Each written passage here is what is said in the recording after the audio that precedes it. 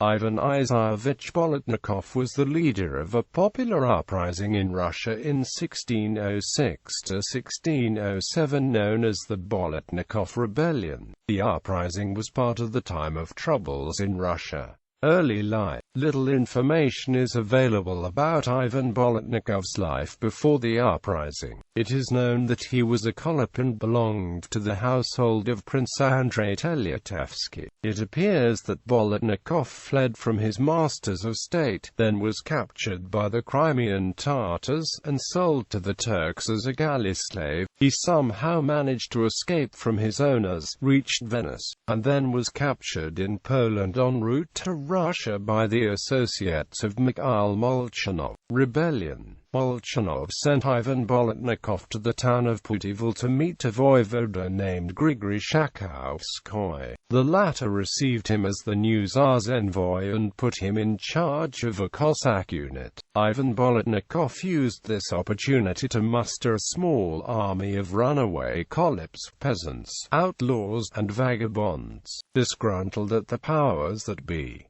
he promised them to exterminate the ruling class and establish a new social system. By the order of Grigory Shakovskoy, Bolotnikov and his army advanced to Crimea in August 1606, defeating the Muscovite army under the command of Prince Yuri Trubetskoy. Further, he moved towards Serpukhov and ravaged the city. Rebels united. There were several other rebellions across Russia at that time, the participants of which would join Ivan Bolotnikov's army. Most of the insurgents organized themselves into three main groups under the command of Grigory Sumdalov, Prokopy Lyapunov, and Istoma Pashko. All these rebels united and then besieged Moscow, settling in a village of Zagorye on October 12, 1606.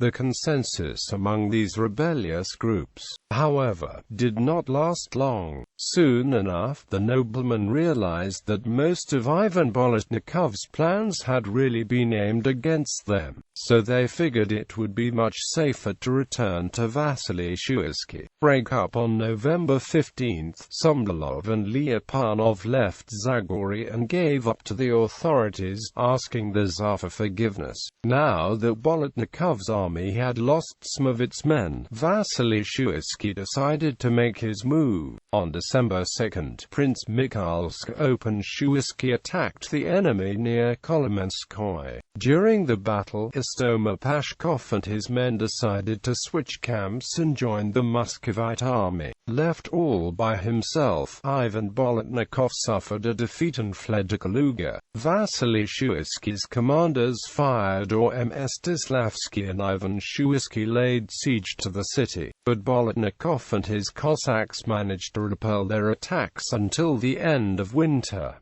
Help from Prince Andrei Telyatevsky. In the spring of 1607, another impostor by the name of False Peter came to Tula with a whole mob of robbers to meet with Prince Grigory Shakovskoy. Immediately after this, the latter dispatched Prince Andrei Telyatevsky and his men to help out Ivan Bolotnikov, forcing Prince Mstislavsky to lift the siege of Kaluga. Bolotnikov moved to Tula. Thus, all the rebels met together in one place, their joint forces numbering some 30,000 people. It was then that Vasily Shuisky decided to attack all of them at once and left Moscow on May 21, 1607.